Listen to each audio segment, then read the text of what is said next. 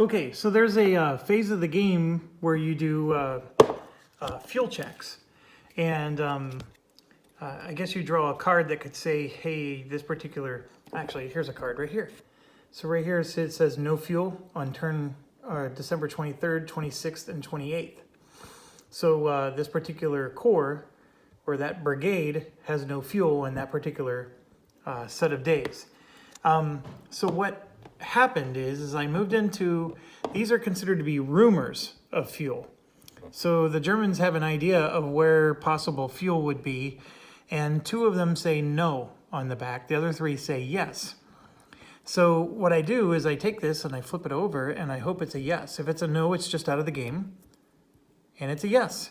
So I keep this. And then if I ever get an out of fuel situation for a particular division or whatever that I don't want to have go out of fuel, I can use this to trump it and say, nope, not happening. So I get to cancel the out of fuel effect. So that's what we get for taking that. And of course, that would be awful luck to take the one closest to us and get a no. And I'm sure many of you who have played this has had that happen to you. And I express my condolences. But at least in this particular case, we're fine. Now, the other thing that I think happens is, see, I entered this space, so I think I have to trigger a check here on the 2, but not on the 3, because the 3 is next to an allied unit. So I'm going to roll the die, and I rolled an 8, so nothing happens. I would have to get a really bad roll in order for that to appear, but I'm actually finding this to be fairly cool, the way this works. There's still, like we talked about, there's a lot of rules, and I'm by no ways mastering them yet, but this is a pretty cool game. I'm into this. So, and I do like the way the cards work. It's not a deck building game, but it is very interesting. So we still have some more attacks to resolve. So I have some infantry units here, and because I used the camp group action, this guy is going to be able to join in. So these 2 are going to attack, and I'm a little worried because this is a double stack. It's not a Burger King double stack, but something that's a lot more potent. But I'm going to give it a go, and I'm going to add this thing called infantry infiltration. If you haven't figured it out yet, I'm blowing all my cards. So this is going to give me infantry infiltration. Just simply means that I'm flanking, even though I'm not flanking. Just my infantry unit alone is going to flank. And so let's give it a try. So for them, it's a minimum of 4 chits. You can see here, minimum 4. And we're only starting with 3. And we're going to get 1 more because this is a 3 strength unit. And we get another one because I played a combat tactic. So minimum of 4, but maximum of 5 is the chit draw for this one. So let's do it to it. So 1, 2, 3, 4, and let's see what we got. They are in the forest, so they cancel a hit. Are they in a forest? Let me check. They are in a town. Are in a town. That's not a forest. So let's flip it over. They're not in a city either. So this is. Well, here's what's interesting. The town has woods around it. So which one is it? Is it a town or is it woods? Here, let me show you. See where it says Rochebult Krinkfeld? That number 2, you can see that it's a bunch of woods because it has the green shaded, but it's also a town. Is that considered a woods? I'm going to say no, it's not. So, well, here, it actually has a explanation.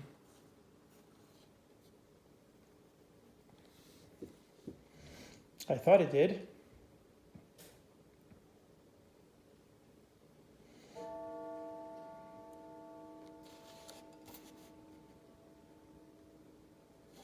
Yeah, my clock is ominous. I'm going to say no, it doesn't apply. And I could be wrong on that one. Defender artillery, no. Attacker artillery, oh no, I was getting excited, but this isn't the one. So this doesn't apply. Oh, what's our odds here? He has a strength of, what did I do with his units? He has a strength of 5, and we have 10. So we're 2 to 1. Oh shit. Okay, we take a hit. Is it clear? No. All right, so he takes nothing. So I'm going to draw one more. We're not greater than 7 to 1. We do have a flank attack. Yay, but all they do is cancel out. So we take a hit and nothing happens to him. So that was a fun exercise.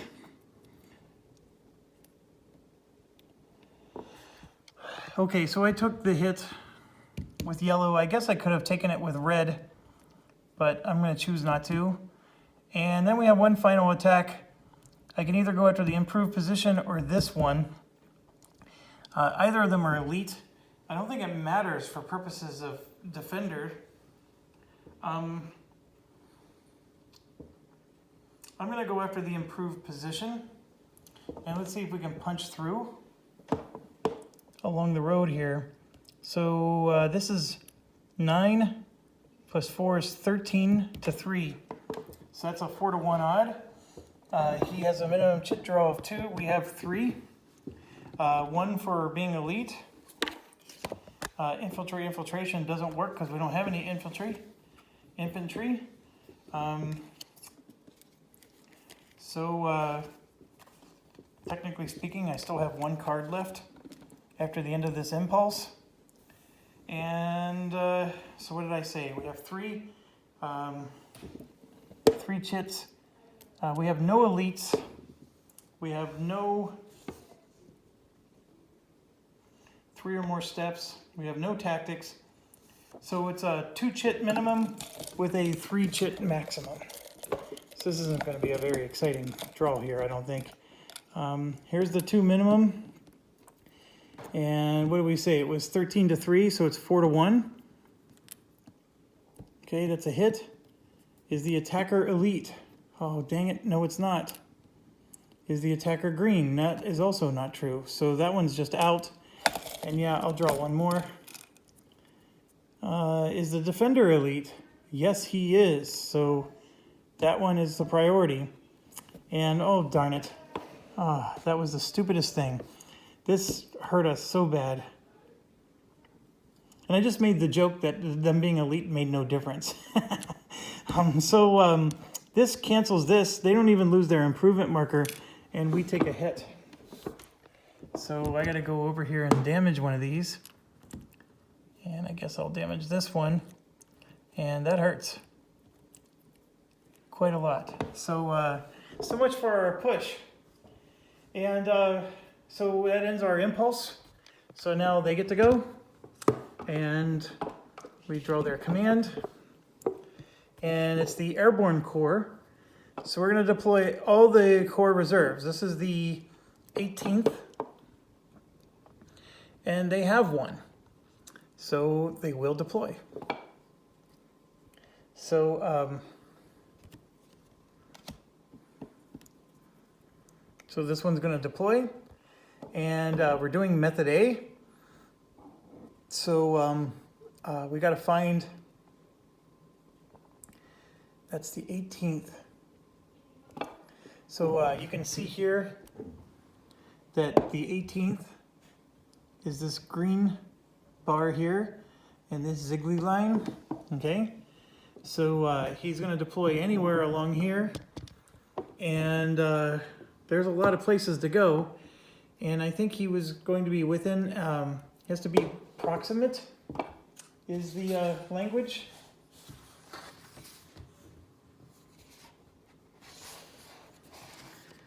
Has to be empty, he has to be in his core area, he has to be able to trace supply, proximate to a German, not in danger of surround, not in a German city or town, and then not adjacent to an allied unit with zone of control unless it's a 5 or a 6. So and it has to be within 3 hexes of a unit in the same division if there's more than one tie. So, and then within 3 hexes of a unit in the same corps, if that's not possible, and then within 3 hexes of a unit in the same army. So the same division is the 106th here. That's the number that's in black in the middle. The corps is the 18th. And so the corps, like we said, is this little squiggly up. And so, for example, this guy has movement into all kinds of places. I mean, he can move 5 spaces. So 1, 2, 3, 4, 5. I mean, he can go all the way back here and position himself. But then it has to be, since there's a bazillion places he can go, it has to be within 3 hexes of a unit in the same division. So his division is the 106. And I'm looking for the 18th Corps, and that's these guys right here. So I need to find something that's within 3 spaces of this. So could be any of these, 1, 2, 3, like right there. Or 1, 2, 3 there. And they're going to go into an empty position hex, though. And then since this is a 5, I think that takes priority. They're going to go where the 5 is. Oh, actually, they don't necessarily go where the 5 is, but if that was next to an allied unit, they would go there anyways, is what it's saying. But this is actually the perfect spot. It's within German movement, whatever that phrase is called, proximate. And it's within 3 spaces of his division, which is the 106th. So that's those 2 units right there. And it's a 5 value hex. That's the perfect spot for him to show up. If I were an allied general, that's where I would put him. So that's his turn. So now we go back to our turn, and we have the LXVI. And see, that's how lazy I am. I'm not even trying to figure out what that stands for. LX is 46th Corps in the 5th Panzer Army. So we can activate all units in the Corps or just any one unit somewhere. Any one unit somewhere is usually not very valuable, but the 46th, I'm trying to find them, and they got the pink on them. Oh, that's these guys. That's those guys right there. That's actually not a bad activation. So I'm going to go ahead and do that. And remember, since this is the last impulse of the day, I don't have to keep track of what impulses I activated anymore, because a new day is a new day. So you can activate the same division over 2 different days. So so we do movement, and yeah, I'm going to go across the river to take him on. And then this tank is going to come up to take him on. And I think this guy has to stay where he is because we got 2 units going there. So let's try to punch these guys in the mouth. And I need to look up what disperse does. It's a pretty, I remember reading it, and it's all good for us, but I just got to make sure we know what it means for purposes. 13.9.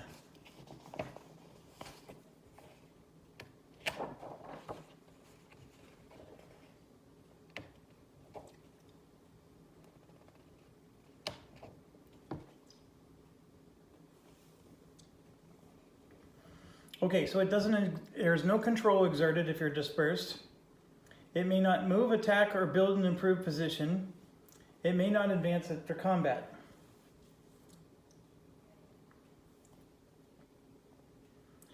It may retreat only 1 hex if it's attacked. If all units defending in a combat start the combat dispersed, the attacker subtracts 1 hit from his hits. The defender may not be the recipient of combat tactics.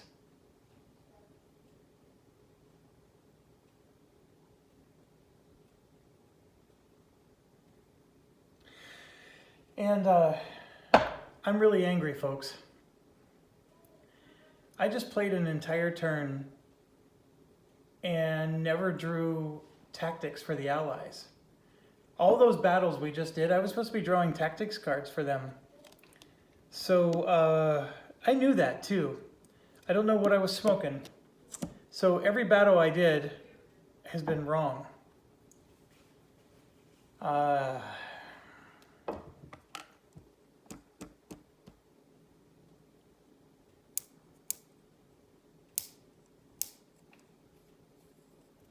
I don't know how to fix that. I mean, I know some of you are probably saying, hey, it's a learning game, just keep going. So I will, I'll just keep going. But if you're watching this and you really are trying to learn from this, just understand that when we resolve an attack with the allies get to draw a command card to see if there's a event that's going to benefit them. And I've been forgetting to do that every single time. And the reason I'm saying that right now is because this guy's dispersed, it's saying he doesn't get the benefit from them. That reminded me of it.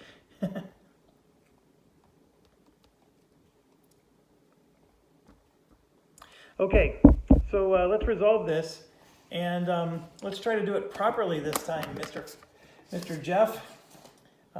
Such a jerk. I cheat all the time and then pretend like I don't remember the rules. I mean, come on. What kind of jerk does that? Okay, so let's do the dispersed guy first. So he's not going to benefit from any, so I don't have to draw a card for him is what I'm trying to tell you. But everything else is pretty much the same. He only retreats one space. So he has a single pip, so that means it's a 1 chit minimum, and we have a 1 chit here. We're going to get one more because this is a strength 4 or more. We are attacking over a river, which is not good. So we're at half strength. That's 2.5 to 1. So we still have 2.5 odds. We're only drawing 2 chits. So let's draw the mandatory 1. And there's no allied air power. It's not a large attack, or it is. It's still December 16th. So we do apply a hit. And I'm going to draw one more. The Defender Recon is not true. He is not Recon. And Combat Engineer is also not true. So that one's out. So we do 1 hit to him. And so resolving the hit in this situation, he has not already retreated 2 steps. The hits do equal his steps, so he's going to retreat. So he'll retreat 1 space over the blue here, and he stays dispersed, by the way. He doesn't lose that until he activates. And yes, we will go ahead and move in to the position. And then let's do this one. And just so you know, this is a 2-step. It is a green unit.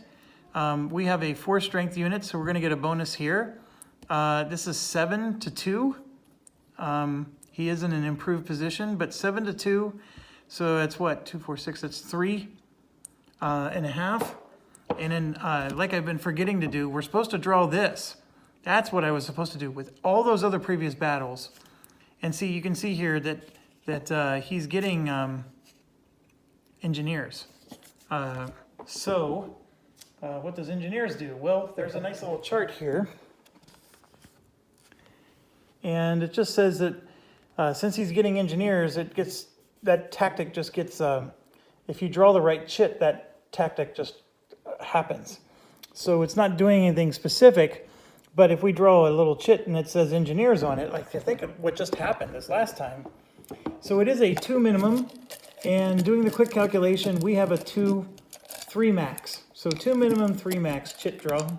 Here's the 2 minimum. Is it less than 3 to 1? No, it's not. Is it greater than 5 to 1? No, it's not. So that one's out. Is it greater than 9 to 1? Nope. Less than 4 to 1? Yes. So we take a hit. I'm going to draw one more. Only the attacker has combined arms. That is true. So we do hit him. So we hit him once, he hits us once. and he had an improved position. So all that happens to him is he loses his improved position, and then we have to take a hit, and I will go ahead and hit this tank. Like that. Okay, so that ends our turn, which was a really useless turn. We are out of cards, so the day is going to end, but the allies get to do their impulse before we end the day. So we draw a command card for the allies, and you can see that it is the 18th Airborne, which already went last time. So deploy all Corps reserves, not going to happen. It is not December 20th yet. They're going to activate all units in the Corps. This is the first time this has ever happened. So we got a lot to do, Scooby-Doo. This is a big one. And so what we do is, there's another deck here we haven't drawn from. It's called the Allied Action. That's going to happen right now. And what we do is we draw 3 cards. And so of those 3 cards, we then order them in the lowest number first. So 16, 17, and then 19. I know, I'm looking like I stayed at a Holiday Inn last night, aren't I? I actually read this part. I've been waiting and chomping at the bit the whole freaking game to show this off. Not to say that I know all of it, but so basically what it's saying is unit 01 to 39 is going to move. And then we have to do the action that's listed down here, which is a lot of gobbledygook. We got to figure that out. But what does 01 to 39 mean? Well, what you got to do is you got to look at the units. And let me zoom in here so they're easier for you to see. So there's 3 units for this Corps. It's this one, and this one. This, by the way, is going to go away at the end of his turn. But you can see here that this is a 17, a 12, and a 36. So we're going to, in order, try to do this action first. And it's going to be basically everybody in the Corps is going to try to do this, okay? If they can't do it, then we move to that one, which is also a move. And I'm willing to bet is pretty much the same thing. And then lastly, they're going to do a withdrawal under fire. And then what's interesting is you see it says 39-01. So then it's telling you to do it in reverse order. So we have to start with the lowest numbered unit and do this action first. So the situation has to be a unit, a stack that's not adjacent to a supplied German unit. And that's only 1 unit out of the 3. This guy right here. The other 2 are next to German units. So this does not apply to them. So it says move to unoccupied VP hex to which a German unit is proximate. If none, move to unoccupied proximate Germantown city. If none, move to da-da-da. If more than 1, move to the target nearest to forward direction. If none, move in forward direction. And then it says preserve line, avoid surround, protect VP hex. Okay, so those little triangle actions is trying to tell us like what his priorities are. And I've got it here somewhere.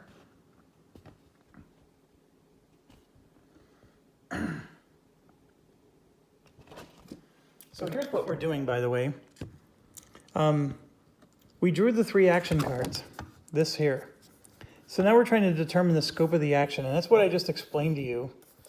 And then we're going to complete the action entirely and place IP markers on eligible non-dispersed active units, remove dispersed markers from active units that did not participate in an attack in the current activation. So that's it in a nutshell. The part that I'm curious about is that preserve line. I know that's defined somewhere. I'm just trying to remember where it's defined. I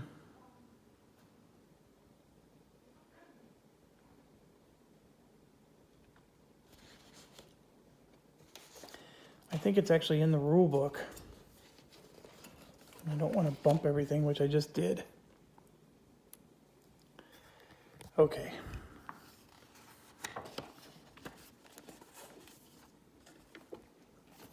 Be really careful. I don't want to bump.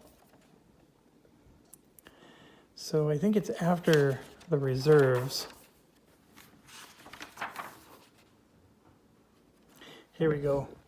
So they have like, so if you see danger of surround, if units are approximate to hexes that, if occupied by the German unit, would surround it in all 6 hexes, they wouldn't go there.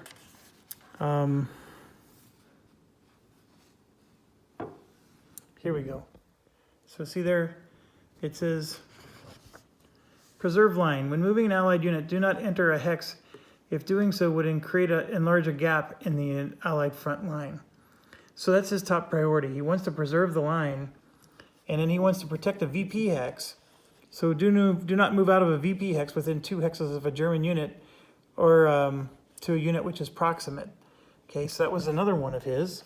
And then the last one was avoid surround. Okay, so we have this guy here that wants to do all these things, right? And I think what we're going to conclude is he's not going to move, and here's why. He's already at a VP hex. So he's not going to move, and I'm pretty darn sure that what happens is he's going to get a reinforcement.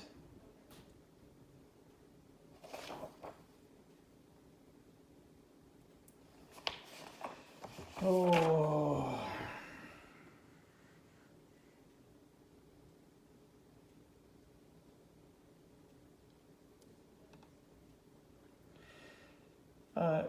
I said I meant to say improved position, but he's in a town, so he can't get an improved position. That's not possible if you're in a town. Okay, so this move action is something.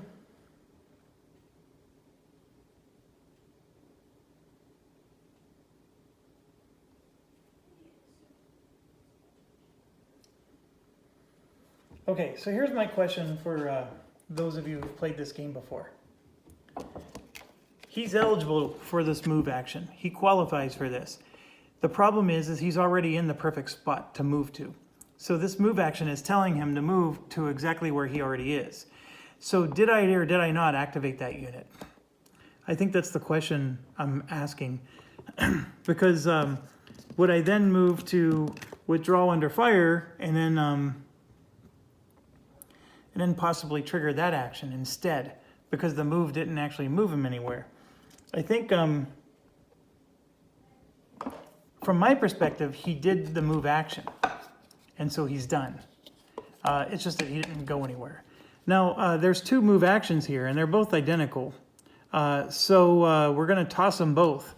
They don't do anything, because the situation for both of them is you have to not be adjacent to a German unit. We have a German unit here next to him and next to him. So then we're going to do this thing called withdraw under fire. Situation: the unit is surrounded or in danger of surround in hex that is less than 5 hold value and proximate or adjacent to hex and allied communication. NA to unit that's on the map edge. So he is not in communicate. Well, he is not in communication. We have zone of control here and zone of control here. So this guy is on the verge of being surrounded, or he is surrounded.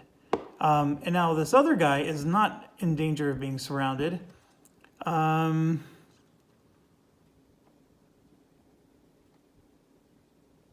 So this one is surrounded, but is not. Oh, but it is proximate to a hex that's in allied communication. And what proximate means is if he were to move, he could go 1, 2, 3, and then he would be in allied communication. So that's what that means. So he's going to move to a hex in allied communication, ignoring German zone of controls in the first hex entered. Move additional hexes if able, with preference given to a hex from which allied supply can be traced. Then in a direction closest to the withdrawal direction. Stop once he enters a hex not in danger of surround. Okay, so he's going to move here, ignoring the German zone of control, because that's along the road, or should he move here instead? We'll move him there, because, well, that's not getting him closer to, because that bridge is ours. So I think he's going to move here instead. Then it says he keeps retreating using the blue preference until he's in allied communication or allied supply. However, I could argue that he's in allied supply just staying there. So I won't move him one. He's just going to retreat one space. This one retreats nowhere, even if it did activate him. He's already in allied supply. So is he in threat of being surrounded? Not really. I mean, it would take a lot of movement points from us to get around him. So that's their action. They all activated, and they really didn't do all that much. But that's just the nature of the cards we drew. And this disperse marker goes away. So that concludes December 16th. So I already know I need to read the rules on the supply phase for December 17th. So I'm going to end it here. It's also fairly late at night. I was really hoping to get a lot more in today. So big error is I forgot to draw my action command cards.